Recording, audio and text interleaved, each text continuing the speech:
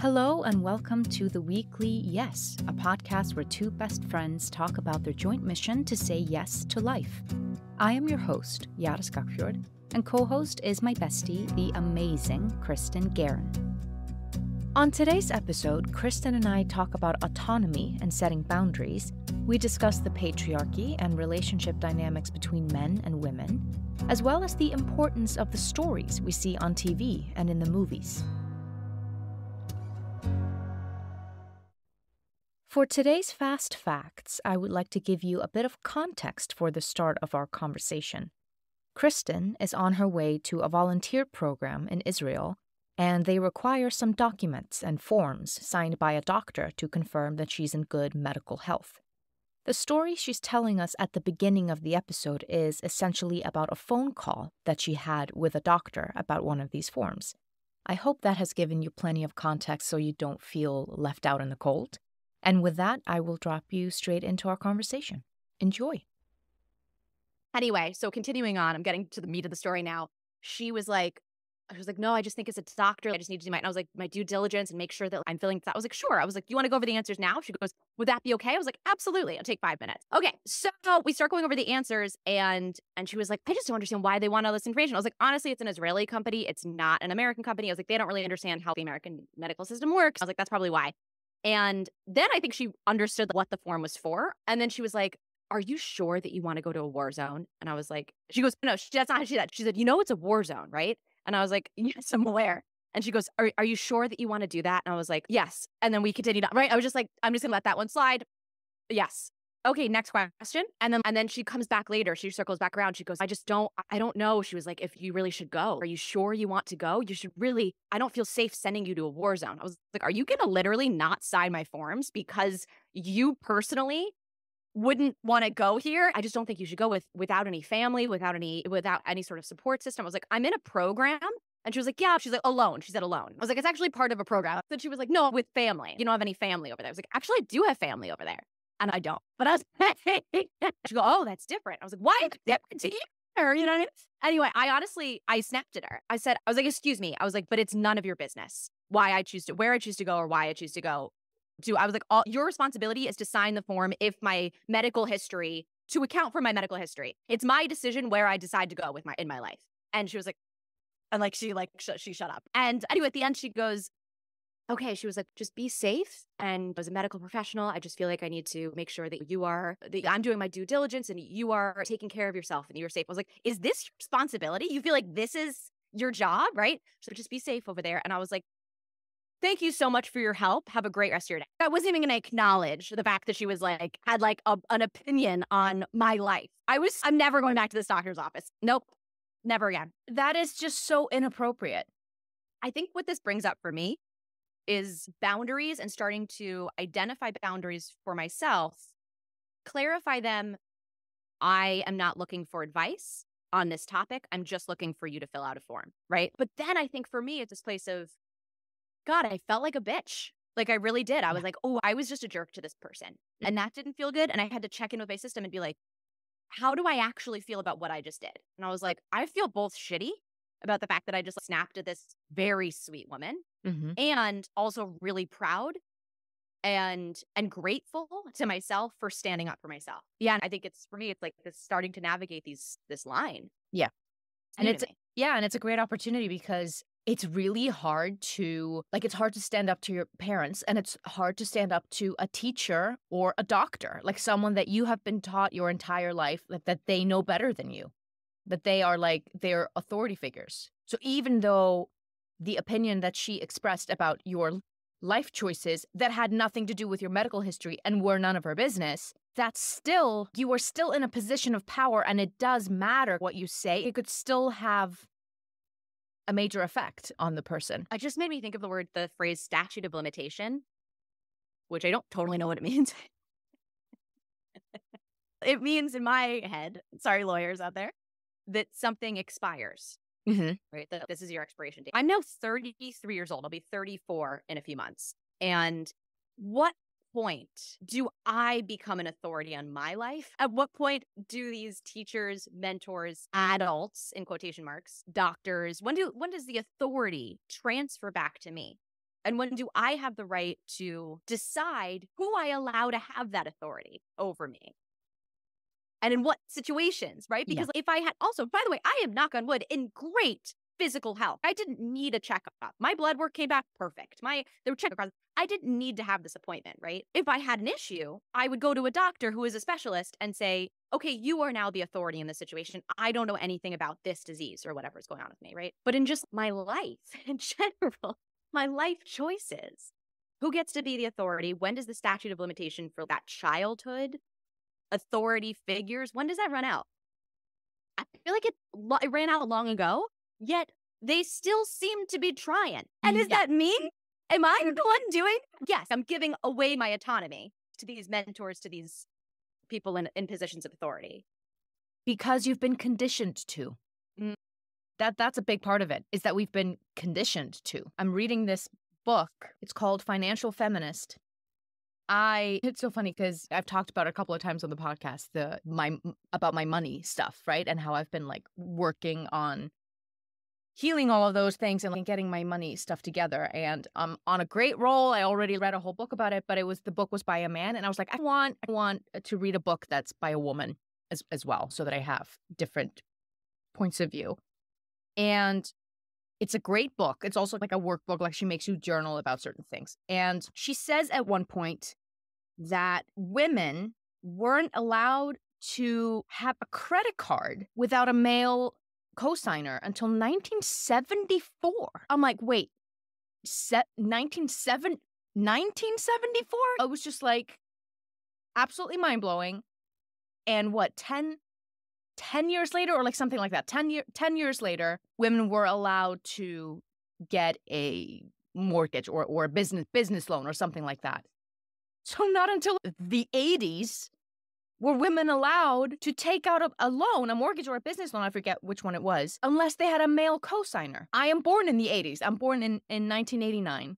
So here's also the thing. So even though it's in the law, even though, like you were saying, like statute of limitations, even though we technically are adults at 18, even though we by law were able to be financially independent, even though it's in the law, that doesn't mean that the subconscious mentality around these things has changed. You know, oh, you're just a little girl. You don't know anything about the work. Let us grown-ups take care of this. Let us men handle this. And she's talking about how this is really infuriating. This is really infuriating what I'm about to say. But she says, I've been conducting this informal experiment, she said, where she Googles financial advice for women. And the financial advice is always how to be more frugal, how to cut your household budget, how to save, how to not spend. Like the how-to articles that come up are 5 meals under $5. Wow. For men, it is how to invest. Yeah. Like the how-tos are like 5 stocks that are hot right now. Like they are. I'm picturing like the guys in the movie Titanic were like, oh, cigars and brandy. That's what they're doing. Yeah. The men go away. They're smoking cigars and drinking brandy and talking about money.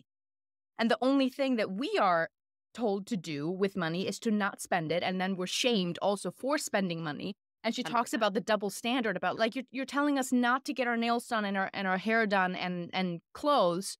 But if we don't do that and we show up without makeup and our hair not done, we are considered not professional. And then we don't have the opportunities to advance because it matters what we look like. Anyway, it's just like such a double standard. So it's like, it's all over the place. It's not all our fault. Like you were saying, oh, I'm giving away my autonomy.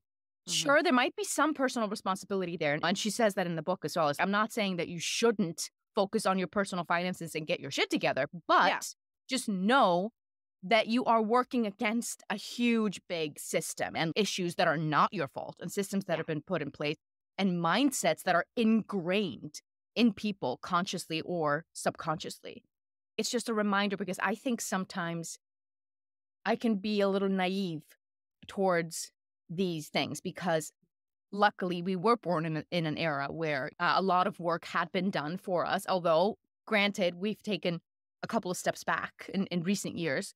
But I think I sometimes forget that these systems and this mentality is still in place, even within myself sometimes without me realizing it. There was one thing that I want to share because I was doing some of the journal prompts that she asks you to do. And it's so funny. It's no matter like how much work you do, there's always still work to be done. I was feeling pretty good about myself reading this book. I was like, oh, I'm already doing this. Oh, I have a high yield savings account. Oh, I just opened an IRA. I was like, oh, I'm doing all the things. But the first chapter is mostly about like your money beliefs.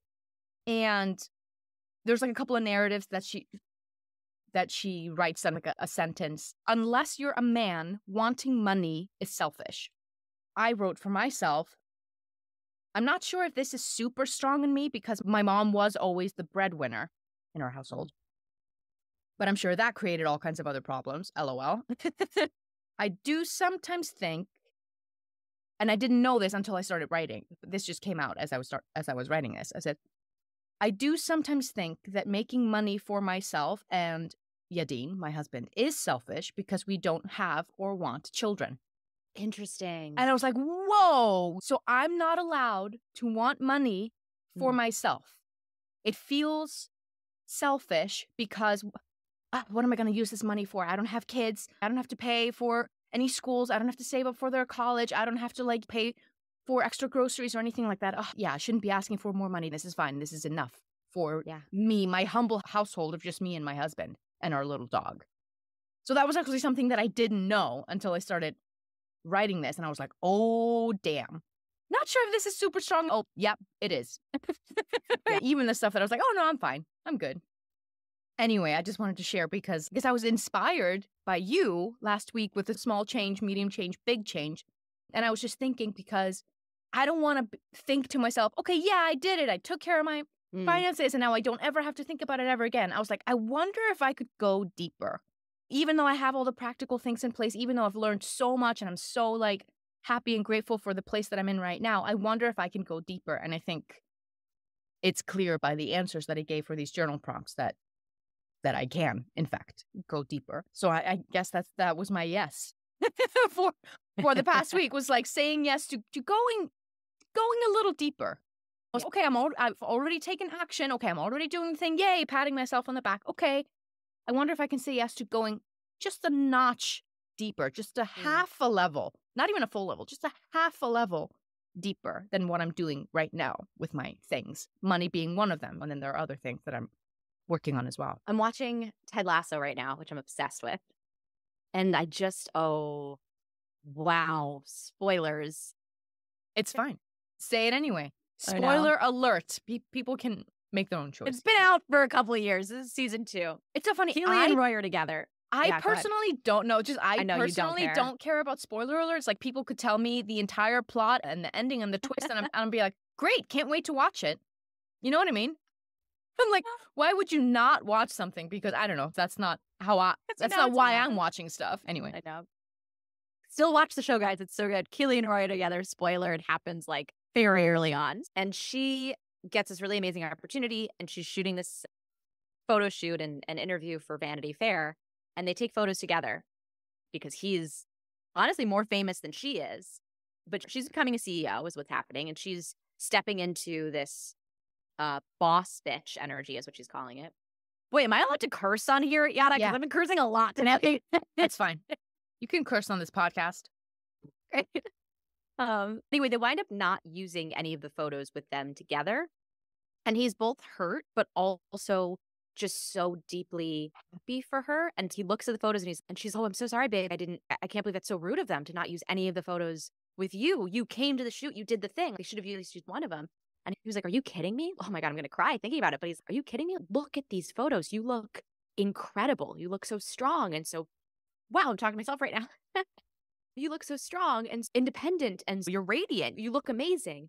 I'm so glad they didn't use any with me because it would have detracted from your brilliance and your boss bitch energy. And wait, I don't even know why I needed to say that, but that was so powerful for me to see. I know why I need to say that now as I say it. It didn't hit me as hard till hearing what you just said. It didn't hit me as hard last night watching it. But wow, that was, I'm like, stories, for those who don't know, the 20th time I've said it in the last 10 episodes, I'm single. And alert the elders. And I am a CEO and I am a boss and I am work and success has been very important in my life. Here's what I'm going to say is seeing a partner, a male partner, support a female partner in that way resonated so deeply for me and allowed me to, I think it like really shook something up. Where I was like, wow, that's a value in a partnership that I didn't know I didn't have. I didn't know could exist even, if that makes sense. Like, yeah, I don't think we see that a lot. I don't think we get to experience that a lot. Yeah, in life or in the arts. It was just really moving. Yeah, it's so true. And I think one of the problems is that I'm really glad that story is being told, because sometimes I think about that when I'm watching shows or movies or whatever. Like, the story could have gone into him becoming super jealous of her, and that would have created problems in the relationship. And then that could have 100%, that's a trope. They could have gone down that line, and we probably would have been on board. But they chose something completely different, which I really love. I was watching, there's a Christmas movie called The Holiday, and I went to a screening of it the other day. It was like a screening where they played the score live, like the Philharmonic. It was really cool, really awesome. Because I've just been watching this movie at home, like my entire, like for the past 20 years that this movie's been out or whatever. And it was like in a room with 2,000 people. And there's a moment in the movie where Kate Winslet is telling off her ex, and everybody like applauded in the audience, really being supportive of Kate Winslet's character. And there was also, and this was actually something that I never really paid attention to. This is a completely different scene where Cameron Diaz and Jude Law are on a date. They've slept together, but they're like, okay, let's go on a date and get to know each other. They go and have lunch, and she's like asking him about his life. And she asks about his parents, and he talks about his mom having been like a really successful publisher. Like, I think she owned her own company or like something like that. She was like a very successful woman. And then Cameron Diaz tells him that she owns the company. And he was like, wait, I thought you were just an editor. I didn't realize that you owned the company. And she says, now that I know that you had a mom that was strong and successful and ambitious, I feel safe in sharing with you that I know that you're not going to be intimidated. These are the hoops. Wow. These are the mental hoops that we are jumping through all day, every day, taking care of the male ego, making sure that they don't feel less than, taking away their autonomy, essentially, by not allowing them to feel their feelings. There's so many layers to this. We're conditioned to take care of them so much that here we are on top of the world, and I can't even share it properly. I can't even rejoice in it or celebrate it because I am worried about his feelings and his fragile ego. So I'm not surprised that you became emotional watching that scene because we never see it. We never experience it, and we never see it. I have not read this book yet, but somebody recommended it to me the other day. It's called The Man's Guide to Women by Dr. John. And essentially in it, he talks about how men have the work to do in relationships. When relationships end, it's because men have been taught to not be vulnerable, that it's unsafe, that it's not manly, to care, to be sensitive, to be wrong. So therefore, when the relationship ends, he's a doctor. It's a scientific or research-based book. And he's saying most of the time in his research, it's because the man didn't feel comfortable enough, safe enough. He wasn't taught that it was okay for him to be vulnerable. Yeah, I again, haven't read the book, but what an interesting thesis. I'm glad that it's research-based because just based on conversations that I have had with women in my family or my friends, that is the issue 99% of the time. I agree. I swear to God. Like, rarely do I hear my women friends complain about he is not in shape enough. He is not making enough money. That is rarely the issue. The issue is that I know something's going on with him. I know something is wrong. He won't tell me. He won't admit it. He won't share it with me. I approach him. He's like a closed book. I'm not connecting. Yeah. I feel like 90% of the time when I'm talking to my women friends that are in relationships with men and they have some sort of an issue, that is the main issue. And I can just share also from my personal experience. I shared in the last episode that Yadin and I broke up for a couple of months and then came back together. And it was very clear when we, like, one of the main reasons why we were having such a hard time with communication was because of this exact reason. I was on a journey of looking at my stuff, like looking at my subconscious beliefs and patterns, and I didn't feel good, and I wanted to feel better, and I wanted to heal from this, and I'm looking at my codependency, looking at all these things, and healing, and looking at my parental stuff, all that stuff. And he wasn't doing any of that stuff.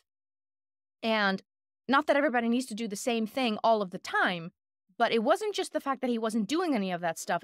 He was almost becoming resentful of the fact that I was doing that stuff. Yeah. So he felt like he was behind, which I also felt he was behind because we weren't on the same wavelength. I was learning all kinds of new things, and I was needing something and wanting something different from the relationship. I wanted something deeper. I wanted something more vulnerable because that's the place that I was going to, and he wasn't willing to go there with me. So when we got back together, that's what we did. And here we are 11 years later, and we're still together. But it's only because he decided to come with me. Because he was like, okay, yeah, it's time. Let's do this, and let's do it together. And I will work on my stuff, and then we'll work on things together. And then, so not until we were both doing it, not until we were both on the same page, did things actually start to change. Yeah. I do hear it sometimes that people talk about in these spaces, like, oh, I'm like, how do I get my partner to do blah, blah, blah. And people say, obviously, you can't force your partner to change. And this is true. You can't force them to change. But then I also sometimes see and hear, oh, you just go on your own journey and then things will change in the relationship. Yes, but they might not change for the better. Yeah. If your partner is ready to change and they see you change, they might change along with you and might join you. If they're not, it's going to create a lot of tension, or at least it did for me. I don't want to make a blanket statement about all relationships, but it's just, in my case, things didn't change for the better in the relationship until we were both doing this kind of work and being vulnerable with each other and willing to go together to a deeper level. Yeah, it makes me think something we hear actually pretty often is that in social justice circles is when you uplift one party, when you uplift the party that has been marginalized, historically speaking, the party that has been in a state of privilege is also uplifted. So in this case, women's empowerment allows for men's empowerment, male empowerment as well, in that there are all of these things that men have been taught to stay in that state of privilege. But suddenly the box is open. You're able to connect with other people. You're taught that it's safe to be vulnerable. It's safe to heal. It's safe to work on yourself. All of these things that, because we're not acknowledging the true humanity on either side in a state of privilege and marginalization, like when we're dealing with that sort of, when the scales aren't balanced. There's a quote from Lila Watson that I use all the time in all of my artist statements. And I just found it in one of my grant applications. It's, if you have come here to help me, you're wasting your time. But if you have come because your liberation is bound up with mine, then let us work together. Obsessed with that quote. I think that's the kind of work I want to do. That's the kind of work that I think actually creates long-term change in the world and on a soul level for justice, for peace, for a better existence for all of us. Yeah. That is a great quote. Because there's also something about, you know how people say, I don't want your charity. Yeah, there is something about someone wanting to help you or someone wanting to save you and people not wanting, I don't want to be saved because it doesn't feel good because I can feel your privilege just like oozing. It's like I can 100%. Feel your quote unquote superiority. Or your pity or your empathy. Or your pity. You know what I mean? Like your sympathy for me or, like we're not in this together. Yeah, this is not an equal exchange. Then you don't actually want long-term change because you want to stay in that state of privilege so that you can always be the savior. Yeah, 100%. Yeah. It also just full circle, it makes me think of my experience with my doctor today, how I felt both shitty for having lashed out at this person while also feeling really proud of the fact that I had defended myself and my own boundaries. And it just makes me think it's probably because I was fighting two different things at the same time. So in that moment, I was fighting both the person and the system. Fighting the person felt not great because it wasn't her fault and she meant well. Fighting the system felt amazing. Mm-hmm. So I think I also think running a nonprofit, I experienced that a lot of people, clients, volunteers, people in the community lashing out at me. Yeah. The calls I get where the amount of anger, vitriol from people who are so angry, and it's just misdirected. They're angry at the system. They're angry at the fact that they are struggling to just make ends meet, to stay alive. And I'm the closest thing. I'm the connection between the system and them, right? Yeah. I'm like the tip of the iceberg. All you can see. You can only get mad at me. You can't get mad at what's under the water. Yeah. Because you're outside the gates. Other people are up in their ivory tower. But you're down there on the ground. Yeah. I think also, not to go into it socially or politically right now, but I think that's a lot of what's happening in our world today.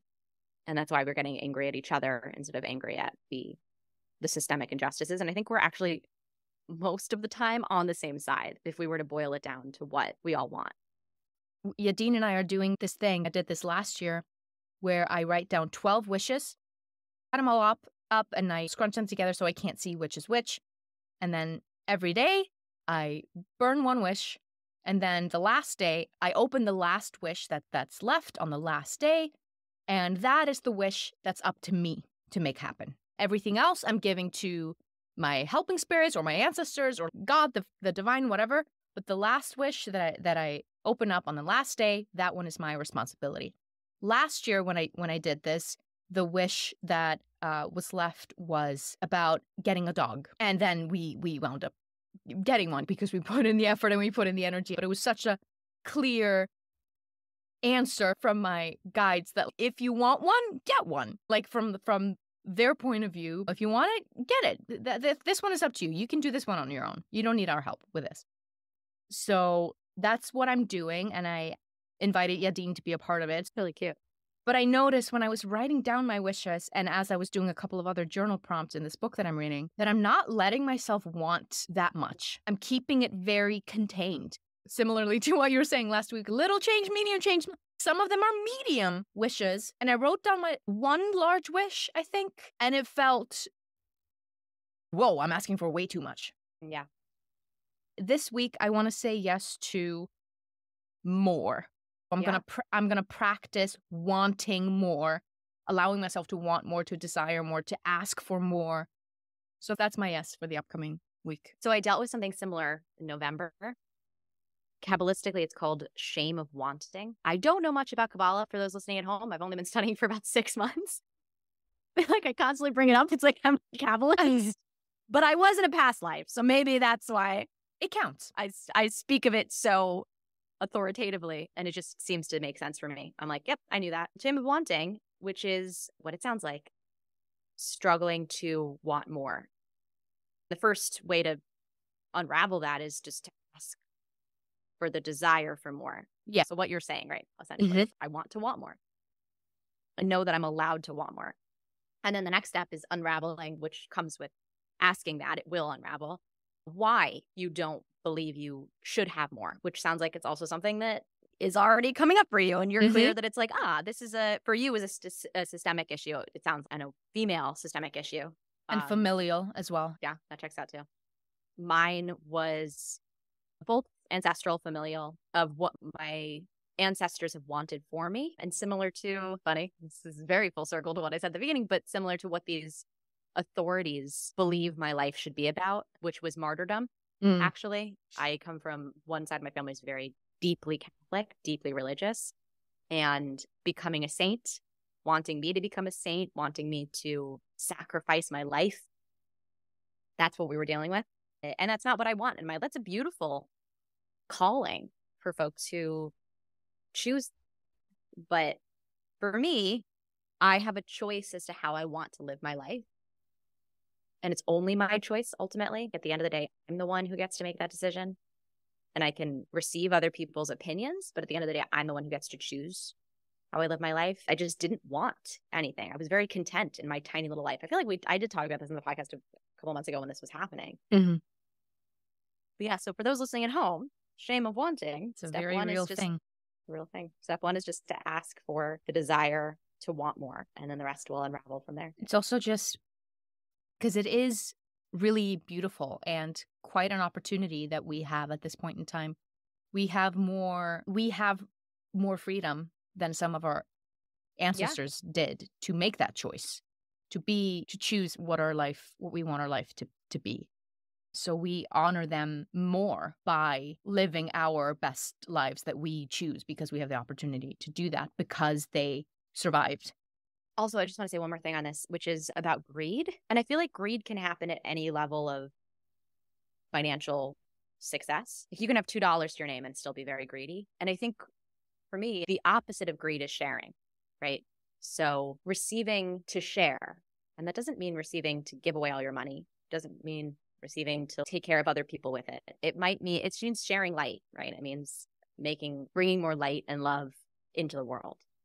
So with more money, with more success, financial success, I have the ability to travel the world more. I have the ability to meet more people, to bring more light to more people around the world. I have the ability to create the things I want to create. I'd really love to create a theater production company. With that, I will bring more light into the world by creating more art. I would love to buy clothes that are of higher quality, which is bringing more light into the world. And then I walk around in these nicer, higher quality clothes. It elevates it's linen and I don't know, satin. I don't know anything. Yeah. I don't know anything. Silk. That's the word I wanted. And it's literally elevating those fibers, those fabrics actually elevate your own system as opposed to something that's like acrylic would be like, right? Acrylic, that's what I want. Polyester. Polyester, yeah. Declines your frequency. So I'm literally raising my own frequency, which is bringing more light into the world. And I'm just walking around looking great, bringing more light into the world. My nails are done. I look great. Like I was at, where was I? I do not remember where I was, but I was somewhere. Oh, it was at Reformation. I was returning, speaking of high quality clothes, I was returning a pair of pants that I don't love that I bought from Reformation on a Black Friday sale. And the woman had the most gorgeous nails. She had done, oh my gosh, beautiful design. It was like halvesies and it was so cool. And it brought me joy to see her nails painted. I literally was like the fact that I'm thinking about it 4 days later, and I was like, I said to her, I was like, gosh, your nails are so cool. That's such an amazing, she investing in her own, spending the money on her own nails brought more light into my life, right? So I don't know that you mentioned women being told that they need to share their wealth, right? That they need to you're greedy if you don't then give it away. I don't know that I totally disagree with that. Do you know? I think applying it to just one gender is problematic, but I don't know that I disagree with that principle, actually. I do think greed comes from not sharing, but I also believe that sharing brings more abundance. So if your intention is to share something, I just think of my organization, of my entire intention with my organization was to share when I started this thing almost 4 years ago, was to share with others, to help others, to bring more light into the world during a really dark, difficult time. And the amount of abundance, I've received more abundance in this area of my life than I ever have in any other area, because 150% of everything I was doing for 6 months was about sharing. The whole seed, the entire seed of the thing was to share. And there are times where it's not about sharing for me, right? It's about greed and it's about receiving and it's about me I'm burnt out. I can't do anymore, right? Mm-hmm. And those are the moments where it becomes difficult. The money stops rolling in. But the moments where we're the most giving and the most generous are the moments where the money does roll in. So I do think there's a correlation there as well. All right, everybody. That is it for this episode today. And we will see you next week. Goodbye. Bye. That concludes this week's episode of The Weekly Yes. You will find us on all major podcast platforms as well as YouTube. And you can follow us on Instagram as well at The Weekly Yes. We encourage you to say yes to going deeper and dare to ask for more in the upcoming week. Keep saying yes, and we'll see you next week.